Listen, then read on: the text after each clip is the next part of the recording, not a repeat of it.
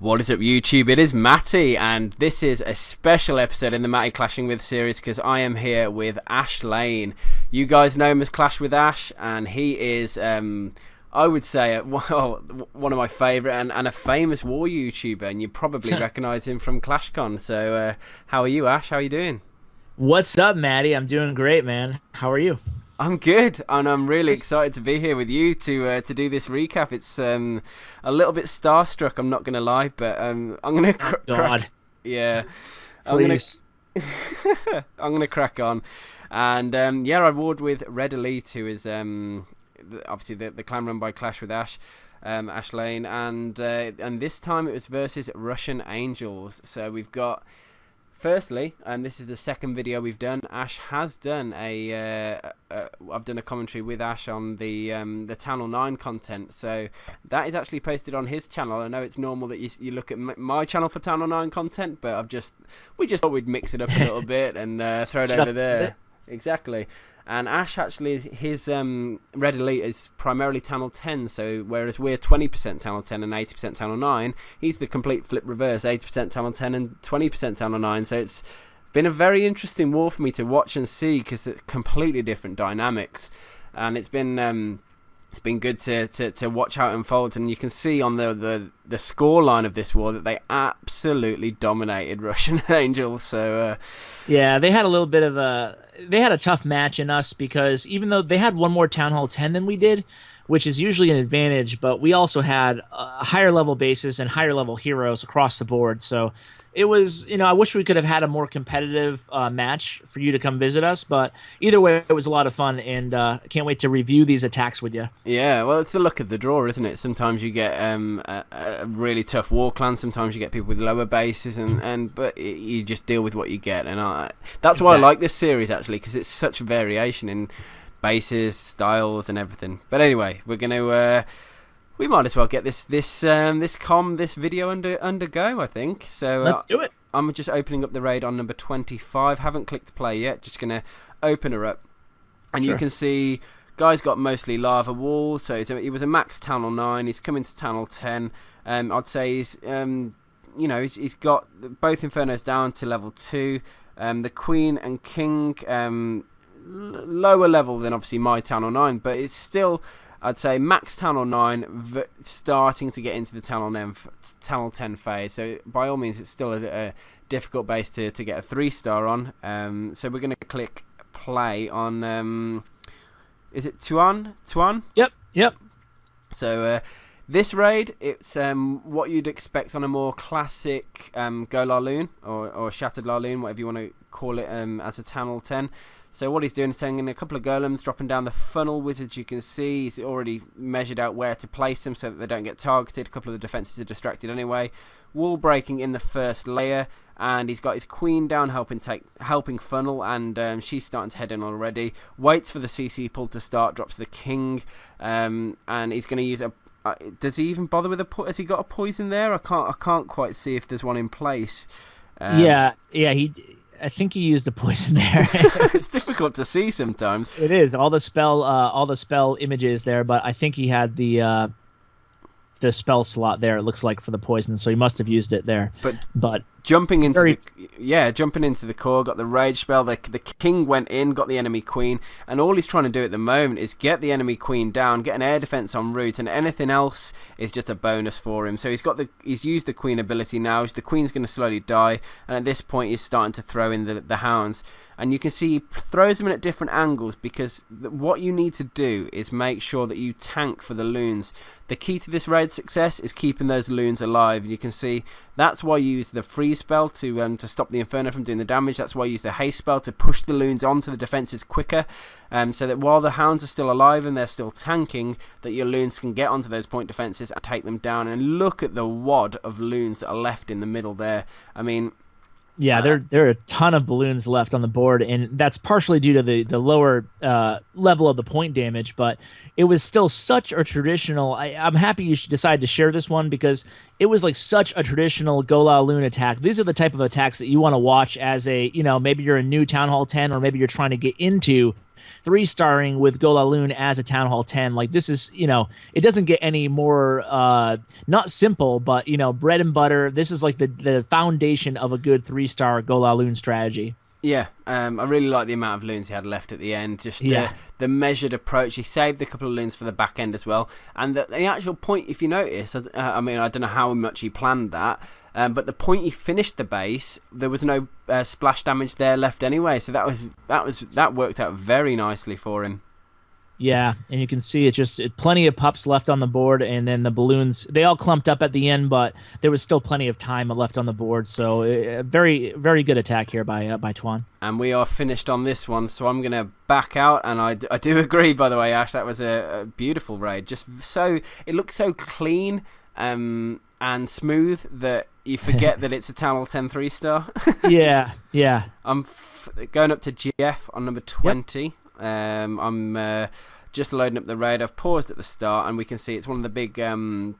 What sort of base layout? Is it a box base? What do you call this sort of base? Yeah, I call it a resource ring base. With the ring of resources around the center, really popular design, especially for trophy bases. I'm seeing a heck of a lot of them at Champions and Titan League. It's also sort of a ringus as well, because if you look at the ring of defenses that move sort of in the outer core, it's designed to make golems walk around the outside. I think that's the point as well, isn't it? Exactly, yeah. It keeps them away from the center, so it's a little tricky if you're not used to it, hitting it with a traditional like go wee wee or go wipe attack. But Geoff has a plan, as we'll see. Let's have a look. I'm going to hit play now, and we can see what he does. He's clearly got healers there, so there's going to be some form of AQ walk. I know you guys love a bit of an AQ walk, particularly at Town Hall 10. You seem to be able to get a lot of a lot of efficiency and a big advantage by doing an AQ walk, because the amount of defenses that the Queen can take down and just carry on through the raid. And what he's actually using her for is a funnel in this case. She's doing some funneling work for him to get those golems into the core. I think this is such a cool attack. As far as the usage of the Queen here is going to shock a lot of people. I agree. Not traditional by any sense, but it's fun to watch. But watch what he's doing. He's guiding the wizards are creating that perfect funnel for him, so he can get the giants, the golems, the king, the queen, the rage, everything into that core. And his objective is to take down the Queen en route, take down the Infernos. And the beauty of this raid, you're going to see it very soon, because something special happens on this one, which is why me and Ash chose it for a recap. But just keep your second eye on the Queen. You can see the Inferno's just gone down, the second one. There's not much left in the core at all, just a Tesla, a sweeper, and an air defense. A couple of the pups are coming over to try and kill the golem as well, or the golems and giants that are left. I think that Tesla is going to go down because of the splash damage. But now look at the Queen and look at how much of the base is actually left. I think like 35% of the base is still left standing right now, and all that's left on the map is the Queen with the healers and a couple wizards. It's really she's going to do a lot of heavy lifting here. Oh, she's about to strap the rest of everything onto her back and just take it all the way through. And I think the thing is, because it's a ring base, she's only going to get hit by 2 or 3 defenses at any one point. Every step she gets closer is a step where she can take down an extra defense. So she's never going to get hit by like 3, 4, or 5 defenses that would actually result in killing her. And he had the ability left as well. Yeah, he didn't even pop it at a point where she was going to die. Just popped it to think, I'm going to speed this up now. Yeah, that was that could have been key too, because I didn't look, but it might have been close time wise had he not saved that. So it would have been tempting earlier in the raid. I noticed she was stuck on a wall early on. It would have been tempting to just pop the ability there, but he held off, and it came into play. And wow, she took out half the base. I know, it was just insane, wasn't it? So there she is, hitting the 100%. It's just finished up, and yeah, you can see 4 golems. They and the giants that mini kill squad with the king and the queen went in to get that core down. They did it. They completed their objective. And you know what? It paid off, because the queen came back and she just thought, I can do this. I can, guys, relax. I'm gonna go and take this for us. And she got the 3-star.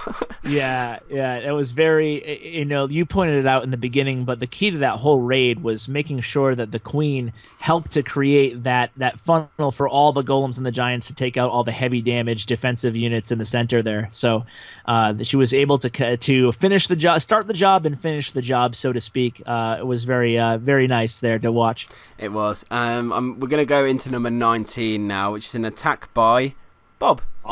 Yeah, let's. I'm paused at the start. Are you in the same place? Yeah, I'm with you. Firstly, let's clock the time this time. 2 minutes 34, so a good 30 seconds left of the raid. So he well, and again, you'll see crystal walls here, the low level walls, but look at the defense levels: level 3 infernos, level 4 air expos, max air defenses, max wizard towers. It's essentially it's a max base, but with slightly lower level walls.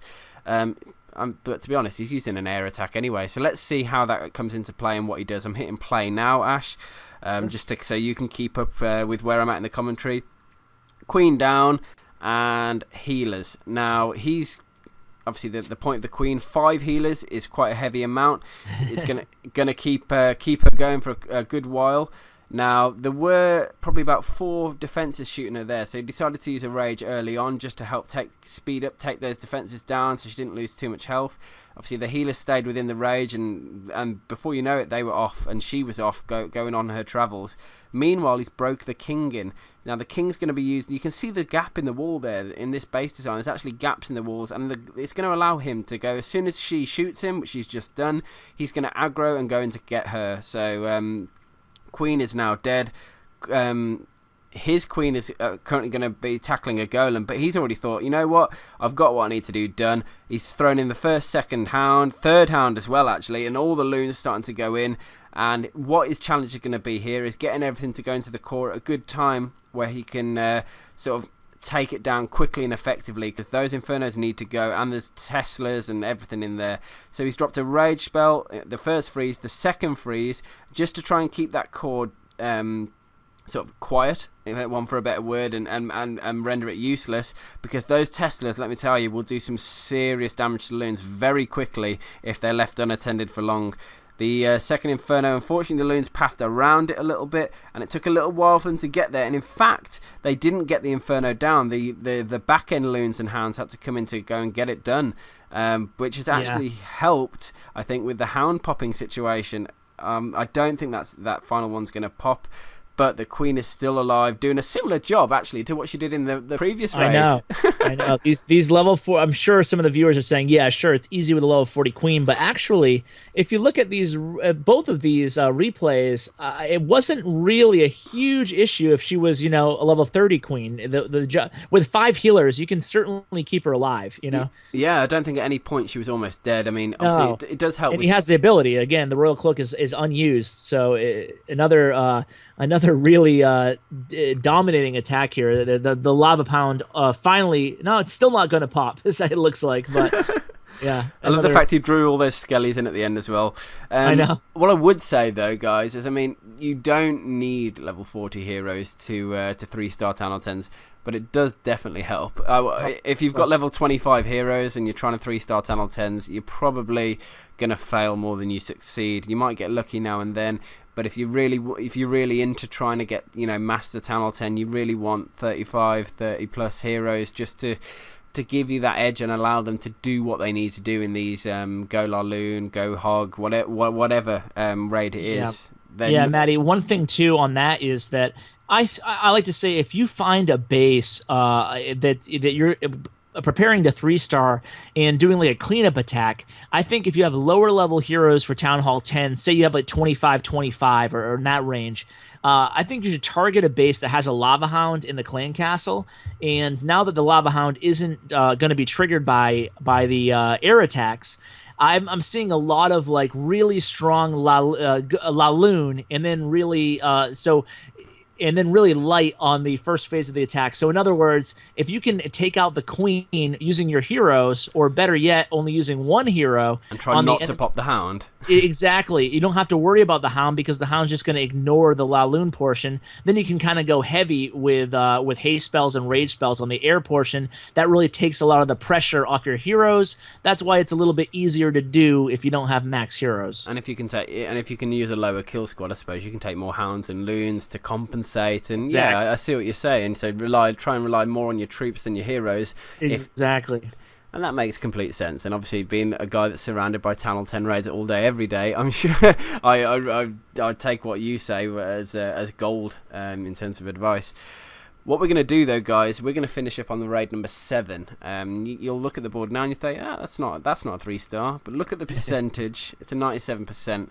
What I'm going to do, I'm opening up the raid, Ash, so I'm just going to pause it right at the start, and then as soon as Ash tells me to hit play, he's going to take over and do the commentary on this, because I'll tell you now, he had a pop at this base as well, so he understands it and understands the thought process that went in, so I think he's the best person that's going to be able to sort of do a recap on what Brandon did on his attempt and talk through it. So Ash, over to you. Tell me when to hit play, and I will. Sure. Just a little bit about the base first. First, I showed my failed 3-star attempt against this base on my channel live. I did this raid live, and my issue was during the first phase of the attack, my golems went in the wrong direction. But Brandon's actually going to execute the attack almost perfectly, like you said, 97%. Can't complain about that. But the first thing you want to draw your attention to on this base is the Inferno Tower location.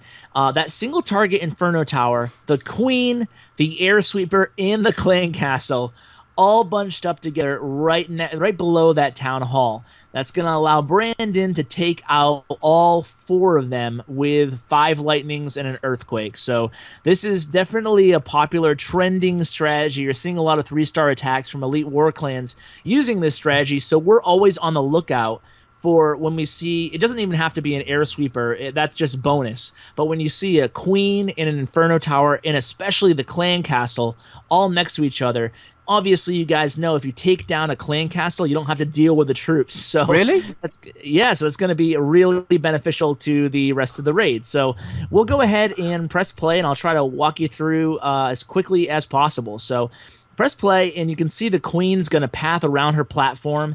So what we're doing right now is we're going to drop the lightning spells and the earthquake spells just at the right exact time. Now, dropping the lightning spell is really crucial. You want to make sure you're aiming the lightning spell more towards the Clan Castle. Otherwise, the Clan Castle's not going to go down. There you can see it all went down. So a lot of firepower off the board. No Clan Castle, no Archer Queen. So we're going to enter the base from the northwest using 2 golems, 2 wizards, and the queen placed right away. Now you're going to sneak in a couple wall breakers, and he used the wall breakers to the perfect timing so that the golems are going to split here. So the golems are going to go 1 towards the air defense, 1 towards the wizard tower. That's where my attack derailed. They both went towards the wizard tower, and then my queen wasn't able to take out the Inferno Tower. What you're able to do once you got the queen going up north is to have the enemy king distracted, and the queen is going to kind of stand her ground and eventually make her way over to the Inferno Tower location. Getting that other Inferno Tower down is absolutely crucial to this raid, because if you can't, there's no way you can win without any rage spells or freeze spells or anything, because you used it all on the very first phase of the attack there. So here come the Inferno is gonna go down. There it goes, and you can see now it's just a Laloon attack from here on out. And the only thing he does wrong, and even to say wrong is probably being a little bit too nitpicky, but what causes him to not pull off the 3-star is just the placement of the balloons. He might want to saved 1 or 2 extra balloons from the first deployments towards the back end, because what's going to happen here is it's just going to be a matter of time and a matter of just needing a few extra balloons to finish it off towards the end of the attack. But you can see it's a slow-moving attack because you have no spells to speed things up, and those Teslas right there are going to finish off the rest of those balloons from the first phase of the attack. Now, the Lava Hound is still alive, has not popped yet. finally it pops. But you can see those 2 Teslas are really going to take out a lot of the minions and puppies that he is counting for on cleanup. So what he could have done there is either, like I said, he could have held back for more balloons right now. That way he'd have a stronger force to take down those 2 Teslas. Or he could have used...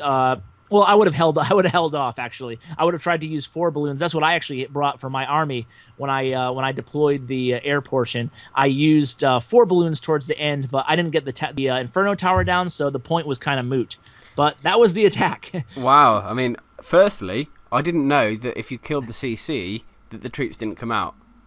Yeah. Yep. That's kind of huge. I can't believe I didn't know that. It's almost embarrassing.